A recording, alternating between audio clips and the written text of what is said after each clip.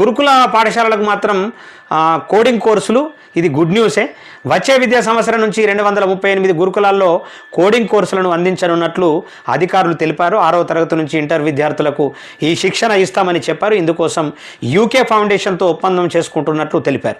గతేడాది మొయినాబాద్ పాఠశాలలో మాత్రమే కోడింగ్ ట్రైనింగ్ ఉండేదని, ఇకపై అన్ని గురుకులాల్లో అమలు చేస్తామన్నారు. మరి గురుకుల పాఠశాలల విద్యార్థులందరికీ కూడా ఇది ఖచ్చితంగా మంచి శుభవార్తనే, మంచి వార్తనే అనేటటువంటిది ఇది.